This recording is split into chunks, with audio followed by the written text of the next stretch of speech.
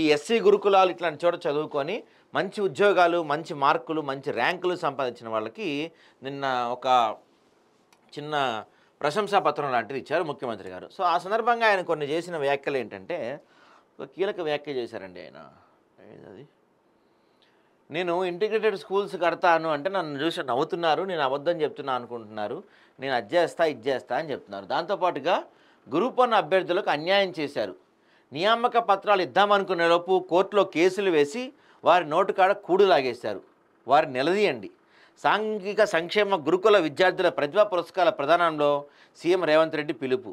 10 ఏళ్ల అధికారంలో ఉన్న వారి కుటుంబ సభ్యుల ఉద్యోగాలకే ప్రాధాన్యమిచ్చారని వ్యాఖ్య. ఇప్పుడు ప్రతిసారి మీకు ఎన్నిసార్లు చెప్పినా ముఖ్యమంత్రి గారు మీరు ప్రతిసారి ఆ బీఆర్ఎస్ పరిపాలనతో ఆ కేసీఆర్ పరిపాలనతోనే పోల్చుకుంటారు. మీరు చెప్పండి, నిజంగా గ్రూప్ 1 విషయంలో తెలుగు మీడియం అభ్యర్థులకు అన్యాయం జరగలేదా? ఒక సెంటర్లో వాళ్ళకి ఎక్కువ ర్యాంకులు రాలేదా?